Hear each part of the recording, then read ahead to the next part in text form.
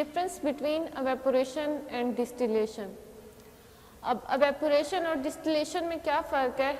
Distillation के अमल में जो सॉल्वेंट वेपर्स होते हैं हम उनको कंडेंसर के अंदर कलेक्ट करते हैं, कंडेंसर से गुजार के फिर हम उसको रिसीवर के अंदर कलेक्ट करते हैं। कंडेंसर का क्या काम होता है? उन सॉल्वेंट वेपर्स को वापस लिक्विड के अंदर कन्वर्ट कर देता है, जबकि एवेपोरेशन में हम जो भी सॉल्वेंट इस्तेमाल कर रहे हैं, ज़्यादातर हमारा वाटर इस्तेमाल करते हैं, तो हम उसको ना ही कंडेंस करते हैं ना ही कलेक्ट करते हैं। जो एवेपोरेशन का अमल हो रहा है वो बुखारात बस हवा के अंदर शामिल हो रहे हैं, हम उनको कलेक्ट नहीं कर रहे। लेकिन डिस्टिलेशन के अमल में हम सॉल्वेंट वेपर्स को कंडेंस करके उनको कलेक्ट करते हैं। अब एवेपोरेशन के अमल के लिए कौन कौन से एवेपोरेटर्स इस्तेमाल होते हैं?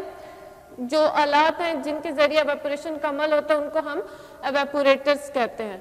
स्मॉल स्केल मेथड, अगर लैब्स वगैरह में हमने एवेपोरेशन का अमल करना है तो तब हम मुख्तलिफ किस्म के जो बाथ हैं वो इस्तेमाल करते हैं, जैसे कि वाटर बाथ है या फिर सैंड बाथ वगैरह है, ये इस्तेमाल करते हैं।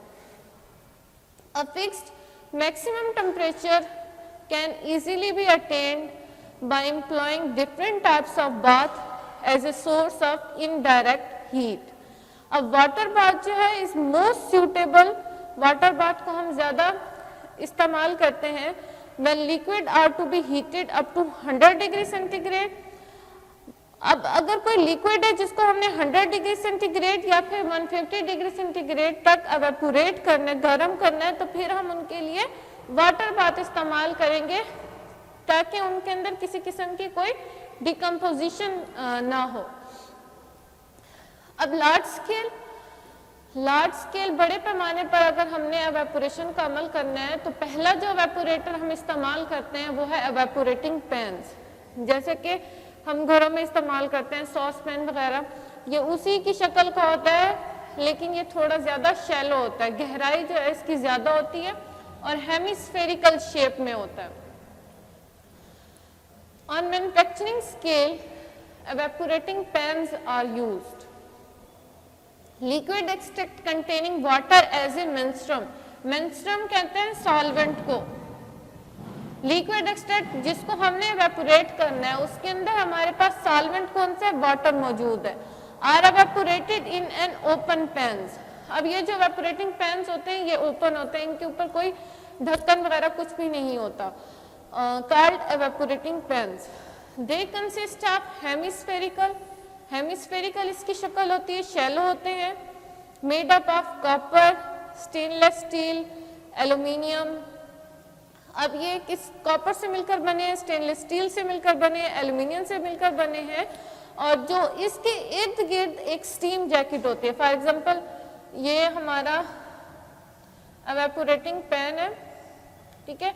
अब इसके जो इर्द गिर्द स्टीम जैकेट होगी,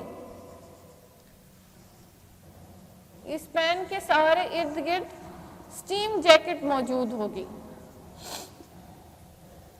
दे में भी फिक्स्ड, ये या तो फिक्स्ड होते हैं, ये जो पैन होगा ये या तो फिक्स होगा या फिर हम इसको थोड़ा सा यहाँ से घुमा सकते हैं ताकि इसके अंदर जो लिक्विड मौजूद है उसको हम रिमूव कर सकें। इसको थोड़ा सा घुमा के पैन के अंदर से लिक्विड हमने निकाल लेना है।